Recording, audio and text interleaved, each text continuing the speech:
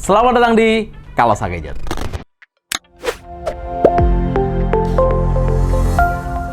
Bersama saya Riko, kali ini kita akan mereview sebuah produk dengan sejujur-jujurnya dan kita tidak di-endorse sama sekali oleh brand manapun. Di video kita kali ini, kita akan membahas mengenai laptop RTX 3070 yang sama seperti yang kita bahas di hari Minggu, tapi dengan brand yang berbeda. Kali ini datang dari brand Acer. Pasti kalian sudah menebak, tapi sebelum lanjut ke pembahasan videonya, seperti biasa video kita akan selalu tampil di hari Kamis jam 12 siang dan hari Minggu jam 12 siang. Dan jangan lupa klik tombol subscribe dan nyalakan loncengnya agar kalian tidak ketinggalan video terbaru dari kita dan informasi terbaru dari kita. Oke, sudah penasaran apa laptopnya dan bagaimana performanya? Ini dia.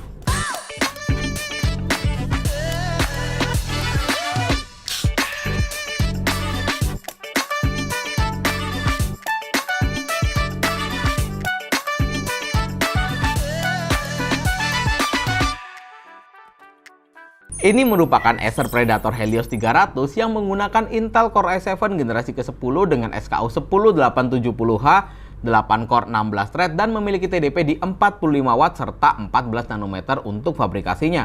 Memori 16GB DDR4 dengan speed 2933, SSD 512GB NVMe PCIe, dan merek yang kita dapatkan bermerek Western Digital. Dan laptop ini ditenagai oleh 2 GPU seperti biasa di Intel UHD Graphic untuk IGP-nya dan RTX 3070 8GB GDDR6 untuk dedicated GPU-nya dan menggunakan 256 bit serta 80 Watt untuk TDP GPU-nya. Dan Acer membanderol laptop ini di harga Rp26.999.000 include garansi 2 tahun dan Office Home Student 2019. Setiap paket pembeliannya kalian akan pasti mendapatkan tas gaming dari Acer Predator seperti ini yang memang secara ukuran cukup besar karena memang seri Helios 300 ini ada yang ukuran 17,3 inch. Tidak ketinggalan headset gaming yang cukup keren dari Acer Predator. Dari desainnya saja sudah tampak jelas bahwa segmentasi laptop ini adalah laptop gaming. Terlihat jelas di bagian exhaust-nya yang mirip seperti sport car dan di bagian logo yang menyala membuat tambah keren. Serta bootingnya yang seperti ini yang pastinya akan menambah nilai lebih. Yang tidak terlalu saya suka di laptop ini adalah bagian ujungnya sama seperti Nitro yang terdapat potongan yang ke dalam, dan bahannya sendiri di bagian punggung layar dia menggunakan bahan metal, di bagian palm press juga dia menggunakan bahan metal, tapi di bagian lain seperti bagian bawah dan di bagian frame layarnya dia masih menggunakan plastik polikarbonat. Dan bobotnya kita tidak bisa komplain karena memang laptop ini 15,6 inch dan pasti di atas 2,1 kilo. Beralih ke bagian layarnya, untuk frame layarnya tidak bisa dikatakan tipis karena terdapat beberapa seri gaming yang lebih tipis, terutama di bagian atas dan bawah masih cukup tebal. Di atas terdapat webcam dengan resolusi 720p 30 frame per second yang menurut saya secara kualitas di atas rata-rata brand lain yang memiliki harga setara. Di bagian bawah terdapat tulisan Predator dan terdapat stiker yang menggunakan FHD yang mengartikan bahwa laptop ini menggunakan resolusi Full HD dan 3 millisecond yang berarti laptop ini menggunakan 300 Hz untuk refresh rate-nya dan 3 millisecond untuk respon time-nya.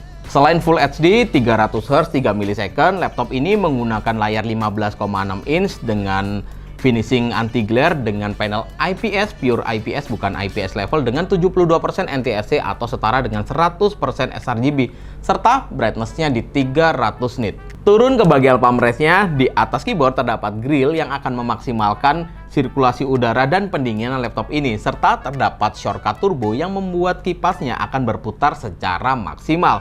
Keyboardnya sendiri memiliki 4 zona pengaturan warna dengan 4 level pengaturan pencahayaan yang dapat kalian atur menggunakan tombol F9 dan F10.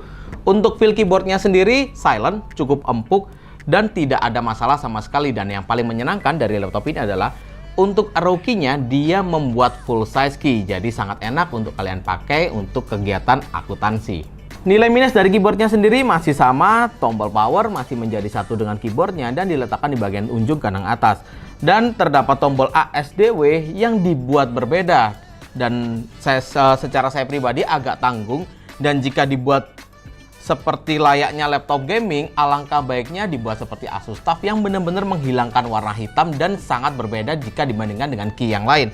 Untuk touchpadnya sendiri dia center terhadap spasi dan memiliki ukuran yang sangat besar, dan touchpadnya sudah mendukung Windows Precision Driver. Untuk portnya sendiri cukup menyebar di bagian kanan dan kiri, di mana di bagian kanan Acer menyematkan DisplayPort, HDMI, USB Type-A 3.2 generasi yang pertama yang juga bertindak sebagai Always On USB, dan USB Type-C 3.2 generasi yang pertama. Di bagian kiri terdapat Kensington Lock, LAN port, 2 buah port USB Type-A 3.2 generasi yang pertama, dan combo jack audio.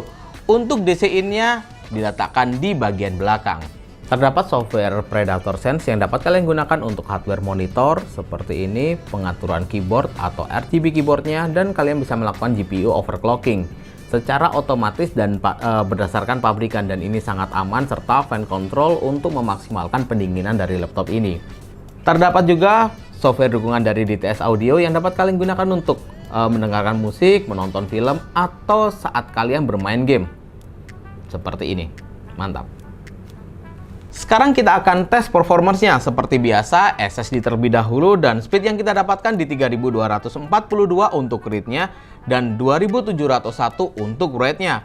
Lanjut ke simulasi renderingnya menggunakan Adobe Premiere Pro 2020, video durasi 1 menit, 4K K2K dan tanpa efek, serta single layer. Laptop ini mampu menyelesaikan hanya dalam waktu 42 detik.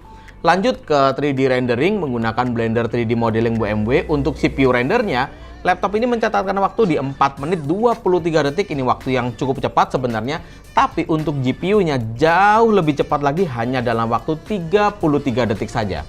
Lanjut ke simulasi renderingnya menggunakan Cinebench R15 dan R20. Untuk R15 kita mendapatkan skor di 1664, ini skor yang lumayan tinggi. R20 single core performance di 455, dan multicore-nya kita mendapatkan hasil yang cukup tinggi untuk kelasan Intel Core i7 di 3704, dan kita looping 10 kali untuk kita cek konsistensinya, dan laptop ini mengalami penurunan performance tapi sangat-sangat minim, dan di pengujian 10 kita mendapatkan rata-rata di 3671. Lanjut ke pengujian gamingnya, kita menggunakan 3D Mark Firestrike, dan kita menggunakan 3 mode yang diatur di Predator Sense. Yang pertama kita menggunakan mode GPU normal, yang kedua kita menggunakan overclocking dengan mode GPU fast, dan yang kedua kita menggunakan mode GPU extreme. Di pengujian GPU normal kita mendapatkan skor di 20.778, dengan skor stress testnya dia lolos di 97,2%. Kita pindah ke mode GPU fast.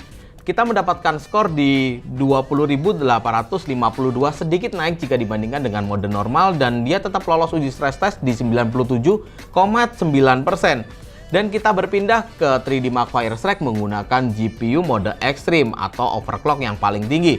Dan skornya naik sangat signifikan, dan skor yang kita dapatkan di 21.689, tapi dia tidak lolos uji stress test dengan skor 95,7%. Untuk suhu maksimal di laptop ini hanya bertahan di 86 derajat Celcius saja. Dan berikut adalah hasil Firestrike dari tipe-tipe laptop yang setara dengan Acer Predator Helios ini yang sudah pernah kita review.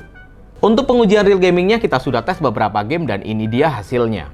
Pada pengujian game kali ini kita menggunakan mode di GPU-nya di mode Extreme, dan kita buat mode Turbo Fan. Seperti biasa pengujian pertama kita menggunakan Dota 2 dengan setting resolusi Full HD, rata kanan serta full render. Kita masih mendapatkan kurang lebih sekitar 88 hingga maksimal di 100 frame per second tergantung scene tertentu.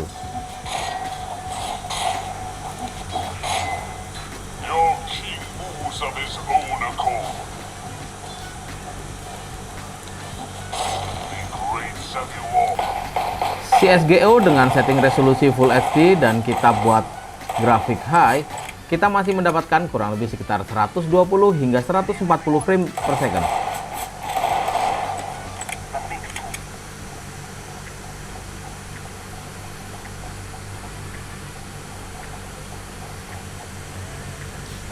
NFS Hit dengan setting resolusi Full HD dan grafik kita buat ultra, kita mendapatkan lebih dari 50 frame per second. Ini hasil yang cukup memuaskan, dan di kebanyakan laptop yang lain di harga yang sama biasanya dia tidak sampai 60 frame per second.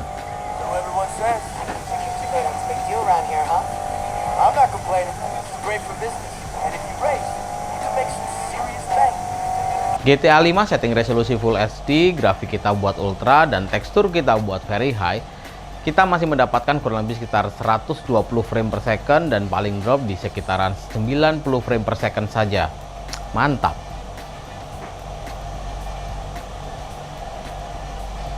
Far Cry 5 dengan setting resolusi Full HD dan grafik kita buat Ultra, kita rata-rata mendapatkan kurang lebih sekitar 80 frame per second.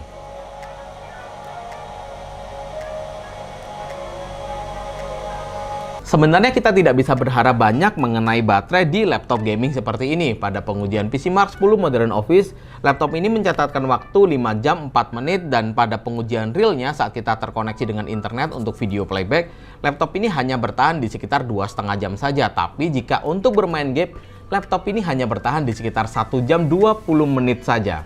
Berikut adalah hardware dari Acer Predator Helios 300. Terdapat 3 buah heat pipe, 2 buah fan, dan 4 buah exhaust. Di bagian tengah, RAM-nya walaupun dia 16GB, kalian bisa upgrade lagi hingga 32GB. Dan laptop ini menggunakan triple storage, di mana sebelah kiri terdapat SSD 512GB dan di sebelah kanan terdapat slot tambahan dalam bentuk M.2 NVMe. Dan satu lagi dalam bentuk SATA 2,5 inch, bisa kalian isi harddisk atau SSD 2,5. Untuk kapasitas baterainya sendiri di 3800 mAh dengan 58,75 Wh. Dari hasil pengujian kita di atas, dapat kita simpulkan sepertinya laptop Predator Helios 300 ini mengalami sedikit limitasi, tapi nilai plusnya suhunya bisa dikatakan sangat dingin jika dibandingkan dengan laptop gaming yang lain. Dan laptop ini sangat cocok untuk kalian, tidak hanya para entusias gamers, tapi jika kalian atau seorang desainer atau seorang arsitektur, laptop ini juga masih sangat-sangat layak untuk kalian pakai.